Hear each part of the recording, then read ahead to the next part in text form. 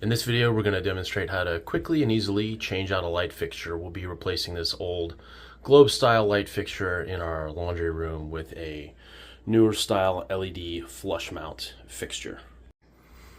Getting these old globe style fixtures down is a piece of cake. They have these little thumb screws. You just release these. There's usually 3 or 4 of them around the perimeter of the light, and you release those and then the globe will pop out. Make sure as you're unscrewing these that you have a second hand underneath the globe, because they do have a tendency to just kind of want to fall out on you. So make sure that you've always got a hand supporting the glass globe. All right, now that we got the globe off, we're gonna have to start playing with some electricity. So always a great idea and recommended best practice to shut off the circuit breaker for whatever circuit the particular devices that you're working on. Anytime you're going to be getting in messing with wires, you want to make sure that circuit breaker is off. So let's go find that. If you don't know what your circuit breaker looks like, it'll be one of these gray boxes somewhere in your house, usually in like a utility room. If you have a basement, maybe in a basement, but when you open the door, it'll be filled with all these funky little switches. A properly installed breaker will have all of the different circuits throughout the house labeled so that you know which one to shut off. Locate the one that matches whatever room that you're in. Come over to that breaker and flip it to shut it off. Now, I did not cut my breaker off because I'm working on a light outlet that only has one switch that rules this outlet. So as long as that switch is off, I'm not getting any electricity. I do not recommend this technique because it is risky, because if someone flips the switch, or if the switch malfunctions, you can get electrocuted. However, if you're comfortable taking that risk and you want to, you can do that. This is not legal advice. It is definitely not safe to do that. However, it's way faster than messing with the breakers. Bulbs are out. Power is off. Just pop your bulbs out of the sockets they just unscrew. And so now you've got access to take this down. Also, you'll notice wherever you're working, you're going to kill the lights, and the area you're working in is going to be a lot darker. So if you're going to be working in a dark area, make sure you have a backup light source. Not an issue for me because I have a window right here. So make sure you got a backup light source if you're going to be working in a darker area of the house. Should have mentioned this at the beginning, but there's really only 2 tools you should need for this project unless something goes sideways on you, which almost always happens. But really all you should need is a screwdriver and a pair of pliers. Needle nose is best whenever you're working with wiring. I'll show you some reasons why that is in a few. All right, so light fixtures always have some sort of a mounting system. They actually bolt into the outlet box that's up above them. So if you notice, there's a screw here and a screw here. Most light fixtures have some sort of a mounting system like that. Usually they use 2 screws. You pop them loose. You can then rotate the screw over and release it from the access hole right here that's actually bigger than the head of the screw. So all right, so now that those screws are loose, the 2 mounting screws here, the entire assembly can be rotated, and the screws will pop right through those holes, and the fixture will drop. Sorry for the shoddy camera work.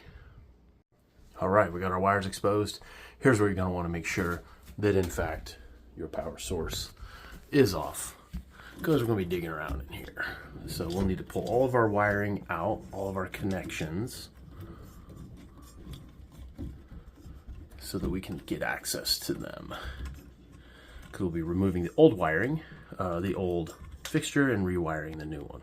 Most residential houses have black and white wiring and then copper. So black is going to be your hot. That actually comes from the panel. White returns power to the panel, and then this exposed copper right here is your ground wire. So that's in case of any sort of a electrical issue. It's grounded and actually goes literally somewhere into the ground somewhere to help diffuse any extra electricity. So we're going to disconnect the black first for safety. That way we know that thing is not getting any juice. So pretty simple. Unscrew that. These are called wire nuts. They're super easy to use. We're going to put some new ones on, so you can probably just toss those. I usually set them aside just in case the new one, whatever this is, comes with crummy wire nuts. We can reuse the old ones if they're better. But yep, so disconnect that, and we're going to follow the same process for the others. Once those are all disconnected, the whole thing comes out, good to go. All right, something to note on this one, you can see there's a bunch of additional wiring up there. This is wired into another circuit. This is not the only electric device on this circuit. So all you need to worry about is your hot that we talked about, your neutral we talked about, and your ground, okay? As long as you get wired back into those three, you're gonna be good to go. All right, then you're ready to get your new fixture out of the packaging. They always come with directions. This one has like a nice little simple 4-step installation guide, so we'll be following that. All right, so the good news is whatever fixture you buy is going to come with a whole bunch of detailed instructions. I highly encourage you to follow those instructions. I will not be doing that. All right, so here we have our new fixture. Here's the LED component. It's going to be a nice low profile mount. Gets kind of up out of the way here in the laundry room. But if you notice those same screw holes that we saw on the other fixture that we took out, so usually there's some standard sizes and dimensions for these. So these screw holes will actually line up with those two mounting screws that are already up there. So let's see if we can do a quick fit on that. All right, so just like we talked about, you can see these screws actually lined up with that, and then when you twist this assembly, it locks it into place, you can tighten those up. But we're not doing that yet. Don't do that yet. We were just doing a quick dry fit on this to see if we needed to move anything around. We're gonna pull this back down now and do our wiring.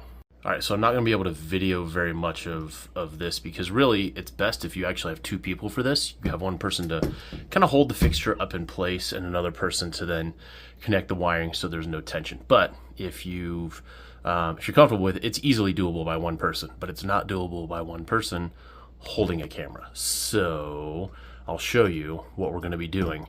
We've got a hot, so the black, the white, the neutral, and then the yellow also has a green stripe on it. See there? That's gonna be our ground.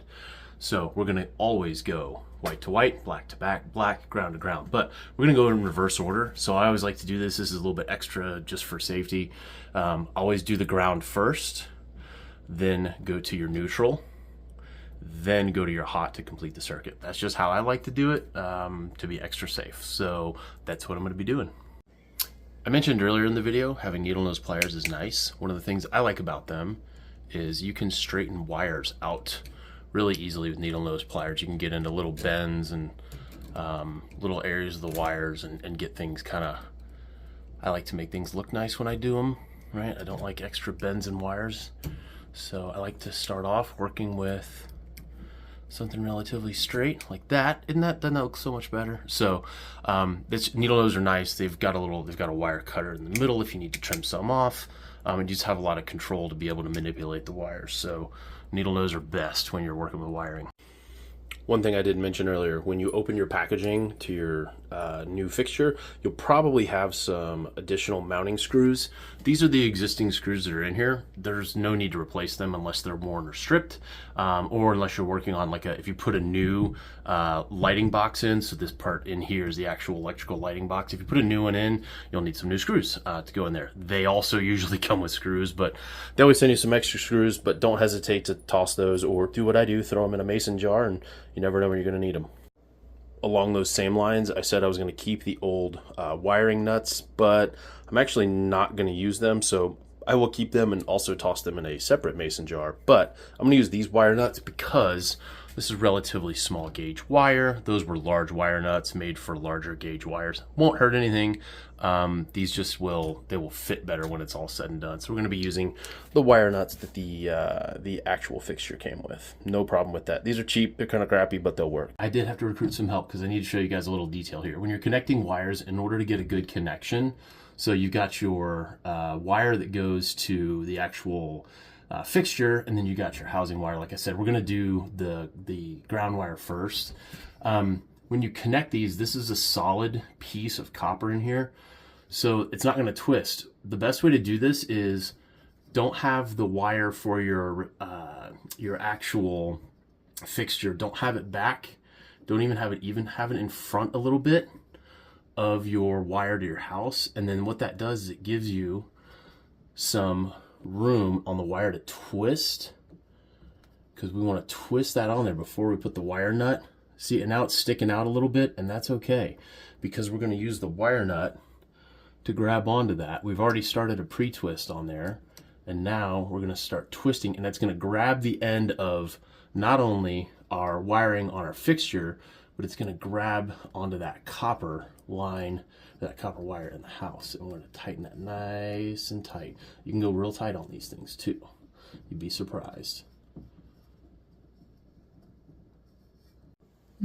All right, so we've got our ground connector. We're going to go ahead and do the same exact process on our neutral line here. Now this one's going to be a little tougher because we do have two neutral wires tied together. So again, we're just using our bare hands to twist those together to get it started is really all you're doing, so that you can get the wire nut. So remember I said earlier, keep the things, don't throw the old things away. Well, here's a good example.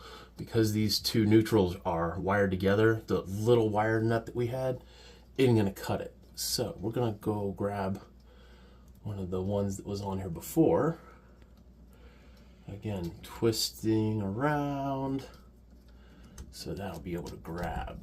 See how much bigger diameter that is. They come in different sizes. You can buy like assorted kits at Lowe's or your local home improvement store. Black to black, same thing.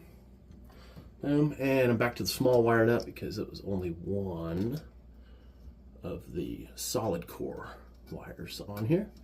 Tighten it down, and those connections are done. All right, so now you've got your connections done. If you want, you can run electrical tape around the wires and around the wire nuts, but you don't have to do that. Check your local code. I don't know, some places might require it. I'm not aware of any that do on these types of connections, but just make sure that you get those wire nuts nice.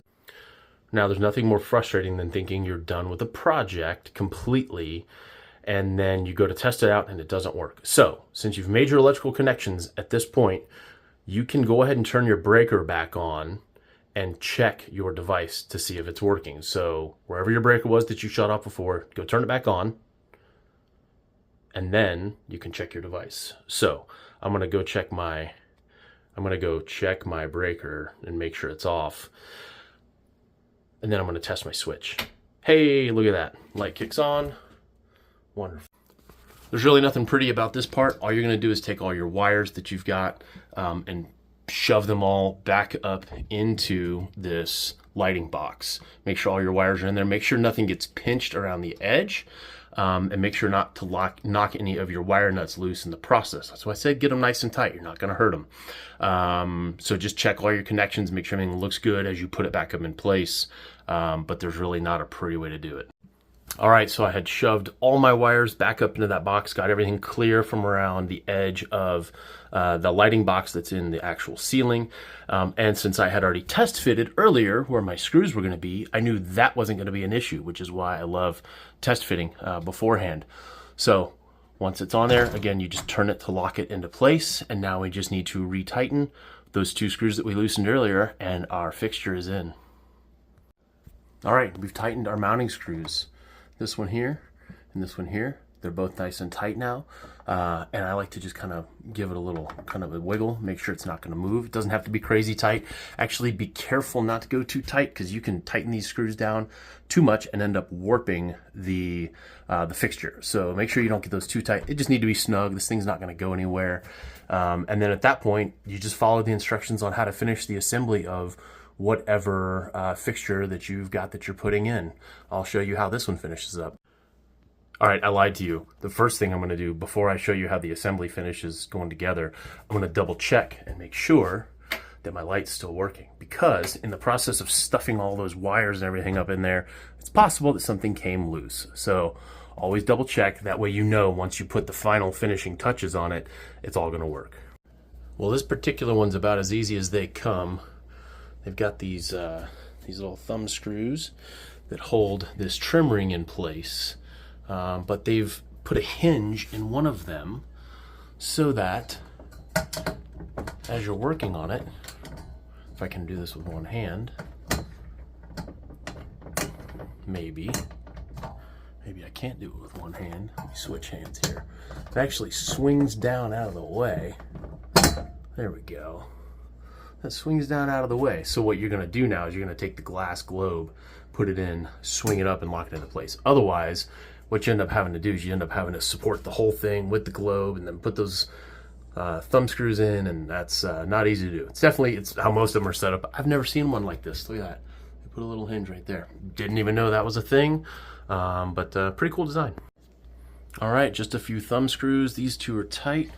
We'll finish tightening that guy up. Nice and secure. There we go. So globe's in place. Thumb screws are tight. Light's working. That project is done. Cross it off the to-do list.